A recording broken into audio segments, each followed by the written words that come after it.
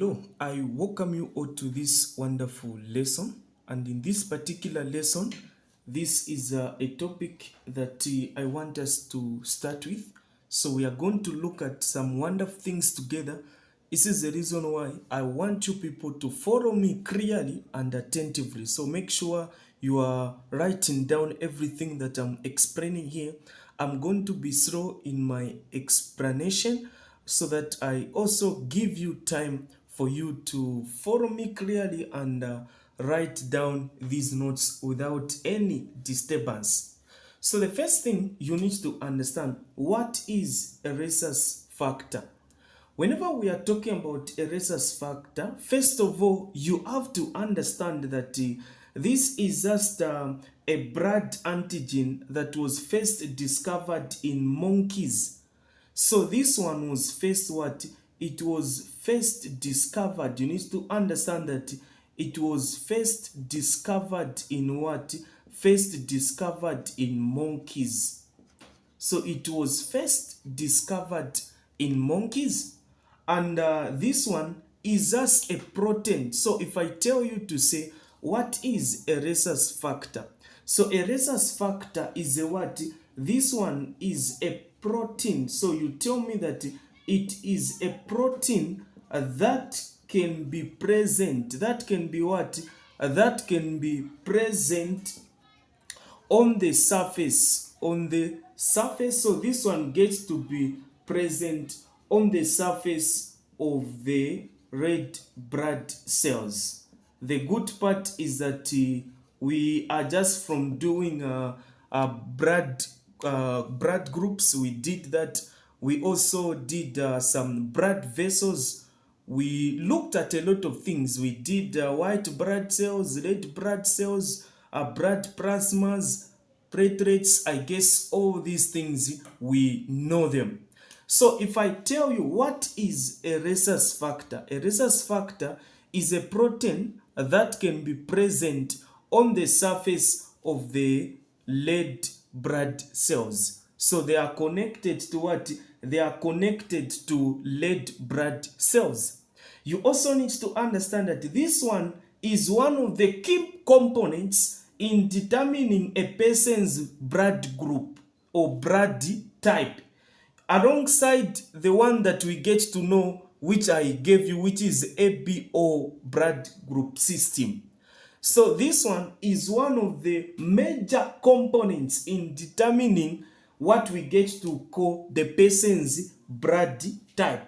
So I've told you that is one of the what? Is one of the major components. So this rhesus factor is one of the major components of I would say in determining. So when we want to determine a person, so when we want to determine a person's blood group type, it's one of the major blood groups. So blood, I would say blood type. We want to determine the blood type. This is some information that you have to understand. So the rhesus factor is also gets to help in determining the person's blood type. Aside the one that we get to know, so I'll say alongside what we already know, alongside what we get to call the ABO blood group system. This one we already know it. Blood group system. Alongside the ABO blood group system, we get to use this one to determine the person's blood type.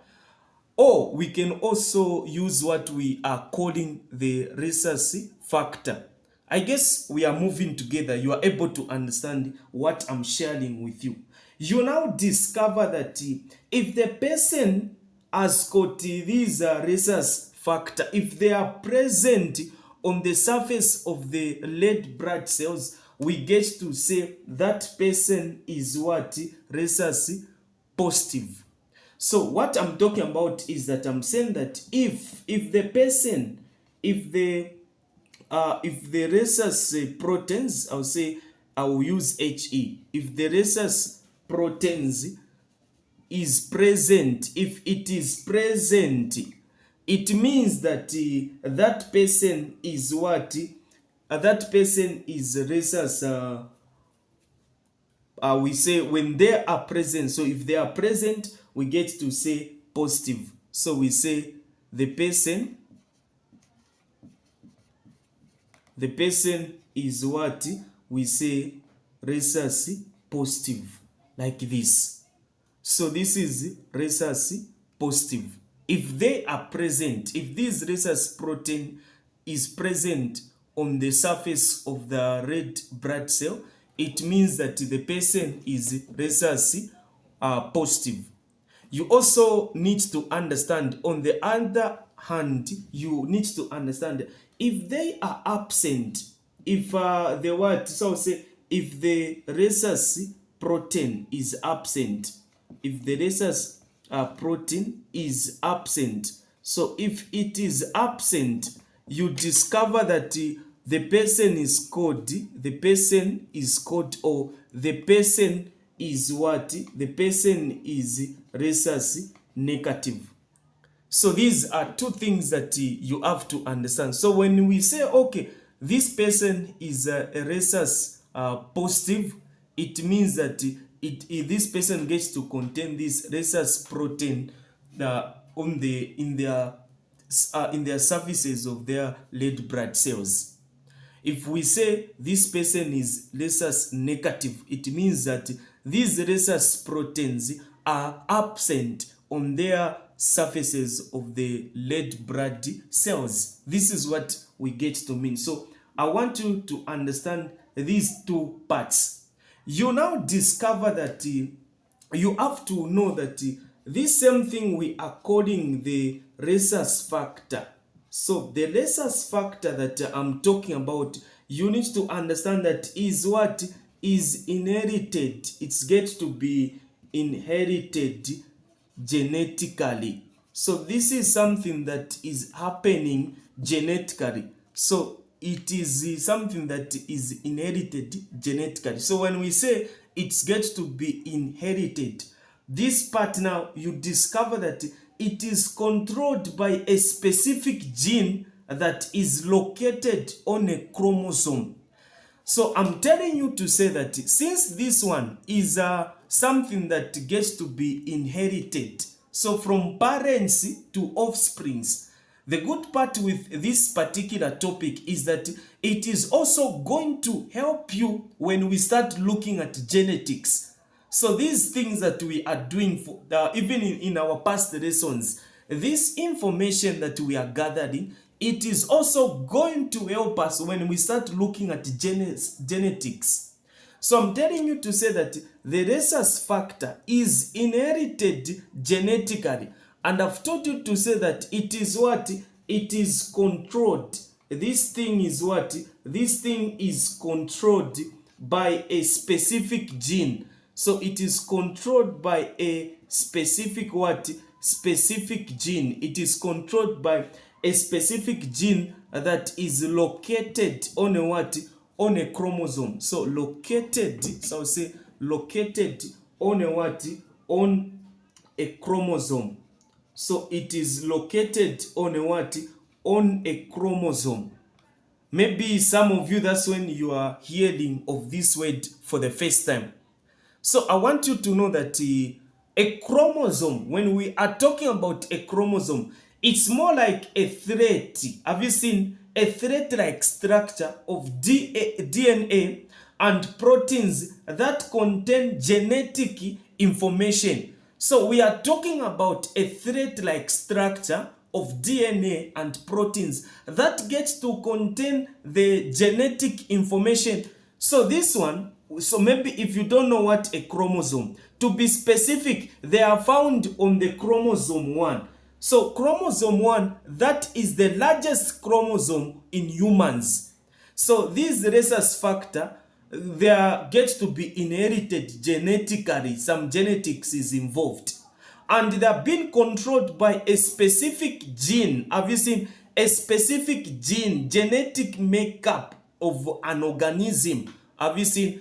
So they get to be located on a chromosome. What is a chromosome? I've told you that a chromosome, this is something that is like, I would say, a thread-like structure. A thread-like what? Structure. A structure of what? Of DNA. Of DNA, I would say, of DNA and proteins and what? And proteins. We should not forget this. And proteins that get to contain, of proteins that contains what? Genetic information. So I'll say that contains genetic information. It gets to contain what we call genetic information.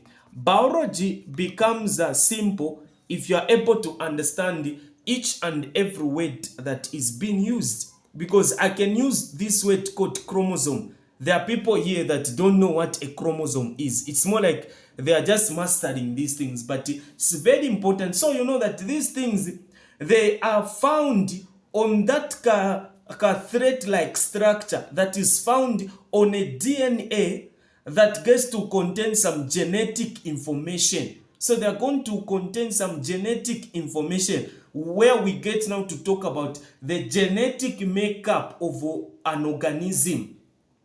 So this is something that is so important and good for you to know. I guess you are able to understand. The good thing that you can do to yourself is understanding what I am teaching here. So this is Rhesus factor that we are looking at. I also want you to understand that the Rhesus status of a person or a child gets to depend on the status of what? Parents. So let me write down this so that we get to follow these things together. So I'm telling you to say, I guess everything is being written down in your book. I guess you are writing down and following me clearly. So you are supposed to be following me because these are the notes that you are going to be studying. So I'm telling you to say that the Rhesus status. So I'm telling you to say that the Rhesus status. So the Rhesus status of a child, of a what? Of a child. So of a child depends on the status of the parents. Depends on the status of what? Of parents. This is something that you are supposed to know. So your status, when we check the Rhesus status of maybe my wife, you discover that we are able to determine the Rhesus status of a child that we are going to have even before that is the child gets to be born. So you need to understand that one point, there are just 3 points that you need to understand. So if both parents, so I'll tell you to say that if both parents are what? If both parents are Rhesus positive. So I guess you know what I mean by that. Rhesus positive. So if they are Rhesus positive, it means that all the children are going to be positive. All children will be what? All children will be what? All children will be Rhesus positive. This is what you need to know. Another point, you need to understand that if one parent, one is what? Rhesus and negative, and another Rhesus what? Positive. Now the children that they are going to have, what is the status of the children? You discover that all the children, all the what? All the children, so I'll tell you to say all the children will be what? All the children will be Rhesus positive. So this is to tell you that this positive one is more dominant. So when we've got negative positive, the children will be what? Positive. This is another thing you need to understand. The last point you need to understand that if both parents, let's say if both parents are what? If both parents are rhesus, let me say rhesus are negative, it means that even the children will be negative. All children will be what? Rhesus negative. All children will be rhesus negative. This is something that you have to know. I guess you are able to follow me clearly and attentively, and I believe we are moving together. So if both parents are positive, all the children will be positive. If one parent is negative and the other parent is positive, meaning all the children will be positive. And you also need to understand that if both parents are negative, it means that all the children will be negative. This is some information that you need to understand. So let us now look at some of the characteristics of these rhesus factor. So we look at the characteristics. So let us look at some of these characteristics of the rhesus factor. So characteristics of the rhesus factor. What are some of these characteristics that a person needs to know, that you are supposed to know even as you get to prepare for your exams? I want you to know that there is also what we get to call blood type compatibility. So one point that you have to note that is that there's what we call blood type. So there's also what we get to call blood type compatibility, like this, compatibility. There's what we call a blood type compatibility. So this means that this rhesus factor that we are talking about is crucial in terms of blood transfusions and pregnancy. So when a person who is rhesus negative is receiving blood from someone who is rhesus positive, this can develop antibodies against this rhesus factor, leading to serious complications. So this is to tell you that whenever we are talking about blood transfusions, so under this, you will now discover that if you are negative and you receive blood from a person that is positive, rhesus positive, you discover that you are going to develop some antibodies against the rhesus factor, leading to serious complications. So this can, if not treated very well, it can also lead to death. You can die. So this is also considered whenever we are talking about what? Whenever we are talking about these rhesus factors. So you now talk about some things that we get to say, maybe, okay, how can I know that I'm rhesus negative? There are certain tests that gets to be done where they get to test your blood. So there's also certain things that so we are looking at characteristics, how to know the rhesus factor. So you know that, okay, this one is not compatible. You take, okay, negative, positive, they are not compatible, these ones.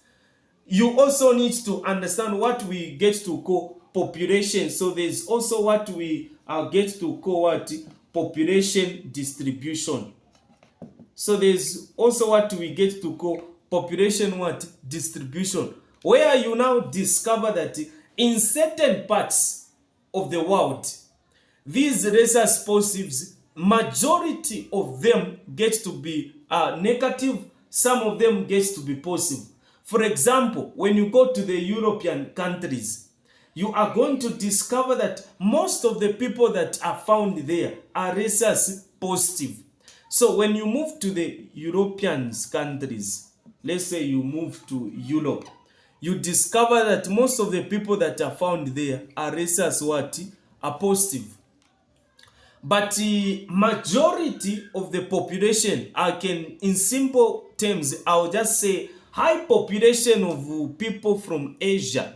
So high population of, I'll say high population high population. I'm not saying that everyone, but majority, high population of what? Of Asians, I would say Asians and Africans. Majority of them, I can also include myself because I'm from Africa myself. So we are what? We are negative. So even you, if we are to check you, you discover that since you are in Africa, majority of you to be negative is so, the probability of you to be rhesus negative is so high. So this is some things that you have to know, some things you need to understand. So when we go to some pregnancy consideration on rhesus factor, you discover that if a mother is rhesus negative and is carrying a baby that is rhesus positive, let's say a baby that is rhesus positive, you are going to discover that there are some risk of rhesus incompatibilities. So there are some risk of what? Rhesus incompatibilities, because the mother is negative, the baby is what? Positive.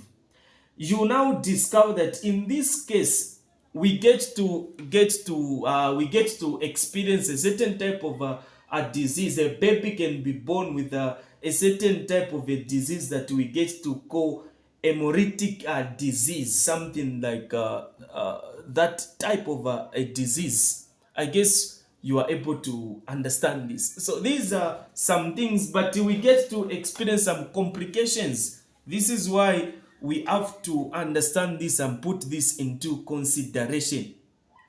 Aside knowing all these things that I've discussed with you here, so we were just looking about rhesus negative, rhesus positive, all these things we were looking. Let us now look at some of the things that get to affect the blood, or some diseases that get to be inherited. So let us now look at some blood disorders. So we look at blood what? Blood disorder. Blood disorder. So when you say, okay, this is a blood disorder, these are certain things that get to affect the what? The blood, and cause some infections to the body. You discover that people get to die, people get to experience some pains. These are things that get to affect the blood. So what are some of the blood disorders? At this level of education where we are, we need to understand 3 blood disorders, and as a student of biology, you need to make sure that you are able to explain these things in an easy way. If I tell you explain this, you must be able to explain so that another person can understand what you are really talking about. So these blood disorders get to include, there's what we get to call a sickle cell anemia. There's what we call sickle cell anemia. So you need to know this. Aside this, there is also what we get to call hemophilia. Hemophilia. There is also what we get to call leukemia. So these are what we call 3 blood disorders that you need to understand. So we are going to start with the sickle cell anemia.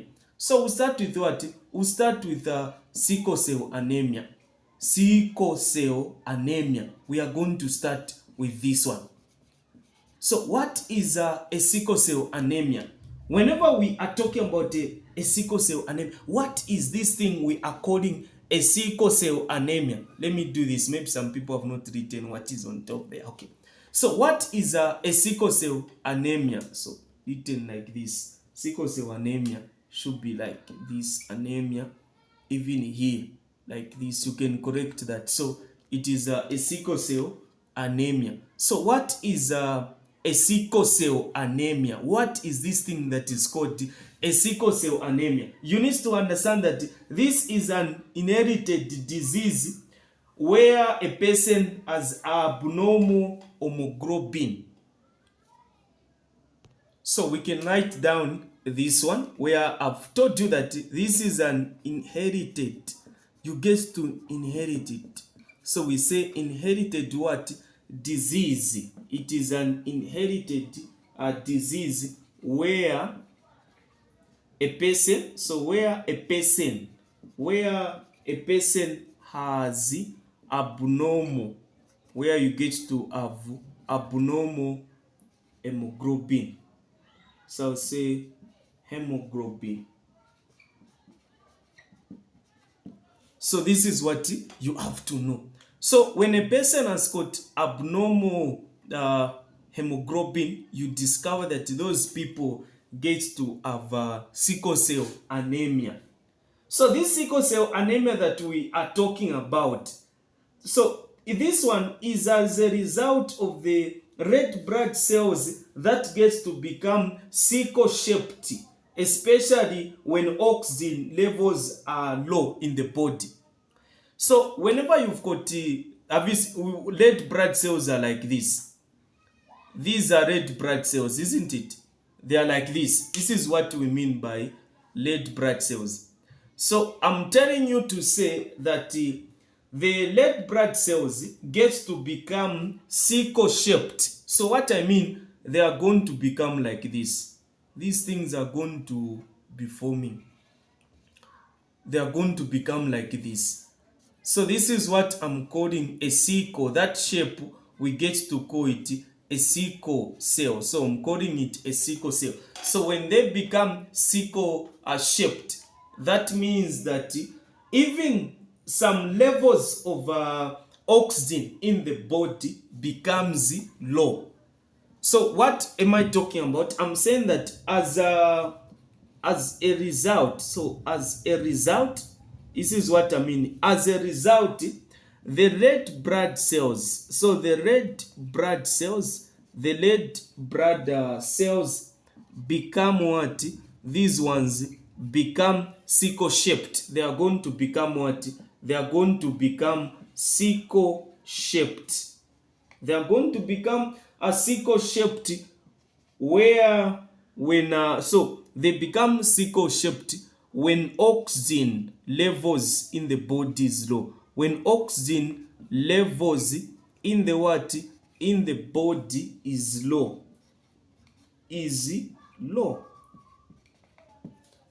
So this is what I mean when we are talking about sickle cell anemia. I guess you are following me and you are able to understand these things very well. So if questions are to come in an exam where they are telling you to explain these sickle cell anemia, you need to make sure that you are able to explain all these things. So you discover that the sickle cell anemia gets to reduce the capacity of the body to transport oxygen. Because of this same sickle, you discover that these ones, so I'm saying that it does what? It reduces, so sickle cell anemia, it reduces the capacity. The capacity is going to be reduced. It reduces the capacity of the what? The capacity of the body to transport oxygen. To transport what? To transport oxygen. It reduces that capacity of the body to transport oxygen. So it gets to affect a lot of things in the body. So I guess we are able to understand this. This information, you have to make sure that you are able to understand it. This information should be understood. So we need to make sure that we are able to understand it.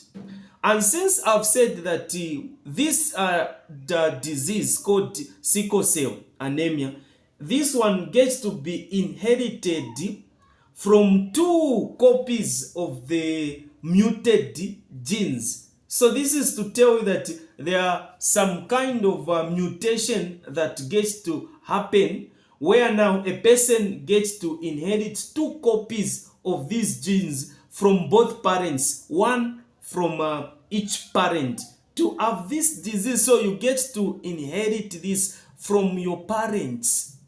since it is an inherited disease. So you get to inherit it from your parents. So what are some of these symptoms? How can you know that I've got anemia? So one of the symptoms that are there, so some symptoms of anemia that we get to experience, a sickle cell anemia, you get to have what? You get to have what we get to call anemia.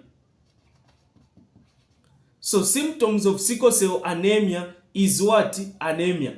So what is anemia now? This anemia that we are talking about, this is just the is due. In simple terms, I can just say due to the what? Due to the you get to develop anemia due to the rapid breakdown of those sickle shaped structures. So due to the rapid what? Rapid breakdown, due to the rapid breakdown of those sickle cells or sickle structures or sickle shaped, because of those sickle what? Sickle shaped red blood cells. Red blood what? Red blood cells leading to weaknesses. So it gets to lead to weaknesses.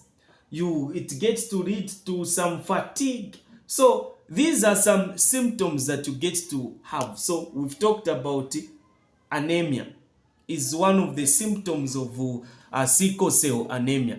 Aside this, you also need to understand what we get to call. So there is also what we get to call, you get to have some swellings. This gets to happen where exactly you discover that there are some swellings in the hands. In the what? In the hands, you get to experience these swellings in the hands and feet. So in the hands and what? And feet. Due to what? Due to blockage. So they are swollen due to the what? Due to the blockage or blocked blood flows. Blood flows. So this is what we need to. And aside this, you get to experience some increased infections. You just have high increased infections. So high increased infections, and the last one, which I can like to write it down, you get to experience, there's what we call delayed growth. Delayed growth and delayed puberty. Delayed growth and delayed what? Delayed puberty. Delayed puberty. So there are some delayed what? Delayed growth, permanent increase in mass. So discover that if it is a person, the person will delay to grow. And there are some what? Some delayed puberty due to anemia that is in the blood. So these are certain symptoms that you get to have, you get to notice that, okay, this person has got these diseases that are called sickle cell anemia. I guess we are moving together, and you've seen all these things that are here. Aside knowing this, there is another thing also that we get to call. I talked about 3 blood disorders. There is also what we get to call hemophilia. What is hemophilia now? So let us move to hemophilia. I guess you people are able to get this. You are able to understand everything that I'm explaining here. And don't forget, immediately after attending to this lesson, you make sure you study through. So let us look at the hemophilia. What is hemophilia? So what is hemophilia? What is this thing we are calling hemophilia? What is hemophilia? Hemophilia is a genetic disorder. So we are saying that this one is a what? This one is a genetic disorder. So it is a genetic disorder that affects, it gets to do what? It gets to affect the body's ability to clot. Body's ability to clot properly. To clot what? To clot properly. This is what we mean by hemophilia. So hemophilia, this is a genetic disorder that affects, the moment you just hear the word genetic, so meaning this can be inherited from parents to offspring. So that ability of the blood to clot properly is what we get to call what? Hemophilia. That is the genetic disorder that affects the body's ability to clot properly.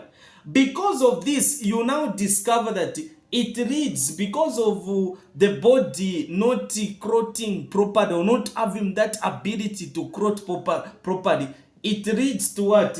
It leads to what we get to call excessive. It leads to excessive breeding now. It's going to lead to excessive what? Breeding. So it leads to excessive what? Breeding, where you are experiencing a lot of breedings. And this type of hemophilia, it primary, I can just say it, which word can I use? I can just tell you that these ones, mostly, they get to do what? They get to affect, I'll say, they affect males.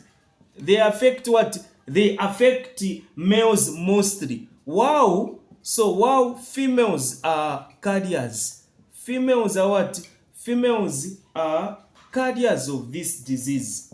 So they are carriers of the gene. So these are carriers of the gene. So females are just carriers, but it gets to affect what? Males mostly. Females are just carriers. So this is hemophilia. And one of the symptoms, like I've told you, that there is what? Excessive breeding. So one of the symptoms of this is, so one of the symptoms that we get to talk about, symptoms of what? Hemophilia.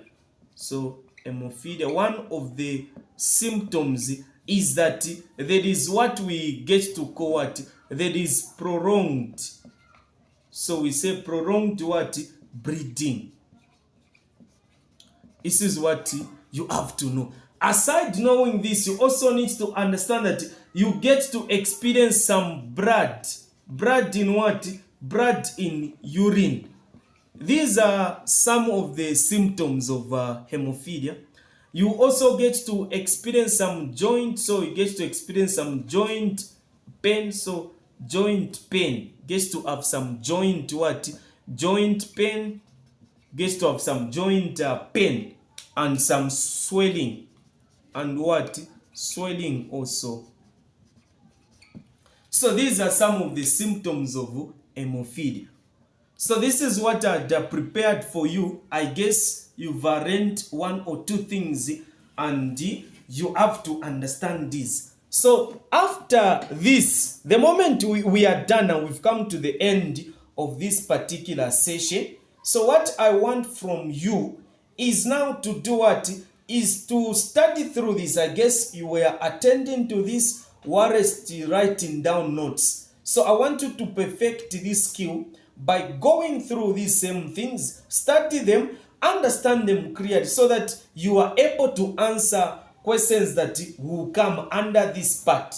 So you have to make sure that you are able to understand this and you answer questions that will come under this particular part. I guess we are moving together. So I'm going to give you a simple exercise that you are going to do. Thank you so much.